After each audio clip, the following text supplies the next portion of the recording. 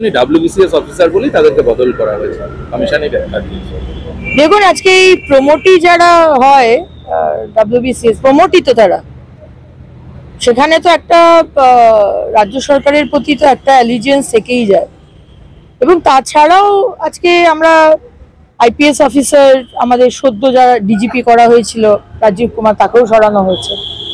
তো আমরা অবাধ ভোট চাই, আমরা চাই বাংলার মানুষ যাকে খুশি ভোট দিন, কোনো অসুবিধা নেই, কিন্তু কেউ যদি সরকারের সাথে যোগসাজশ করে প্রশাসনিক দায়িত্বটা না করে সে যদি সরকারের পক্ষে কাজ করে তাহলে সেটা বরদাস্ত করা হবে না। যে কারণে রাজীব কুমারকেও সরানো হয়েছে এবং যারা যারা এই ধরনের কাজ করবে বা কাজ করে এসেছে তাদেরকে সরানো হবে, আমরা স্বাগত জানাই।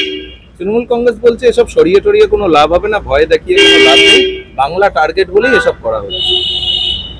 দেখুন লাভ লোকসান তো লোকসভার পরে আমরা বিচার করব, কিন্তু কতটা কি লাভ হবে না হবে সেটা তো আমরা সেদিনকে যাদবপুর লোকসভায় ভদ্রলোকের নাম ভুলে যাচ্ছি, তিনি তো বললেন যে 7 দিন আগেই নাকি সেখানে আমাদের ভোট হয়ে যাবে, সব কি সব স্ট্র্যাটেজি তারা নাকি করছে। এবং এর আগেও তো আমরা দেখে এসেছি তৃণমূল কংগ্রেস তো খুব একটা বিশ্বাস করার মতো দল তো নয়, এর আগেও তো বহু ভোট হয়েছে, লাস্ট 5 বছরে বহু ভোট হয়েছে এবং সেখানে আপনারা কিভাবে বাংলার মানুষকে বাড়ি থেকে বুথ অব্দি যেতে দিয়েছেন, কতটা স্বাধীনতা দিয়েছেন ভোট দেবার, সেটা তো বাংলার মানুষ জানেই, বলুন, আলাদা করে তার কিছু বলার নেই।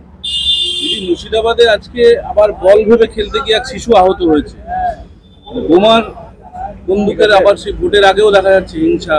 হবেই তো, লোকসভার ভোট এখন তো আর কয়েকদিন বাকি, লোকসভার ভোট, এটাই বুঝতে হবে।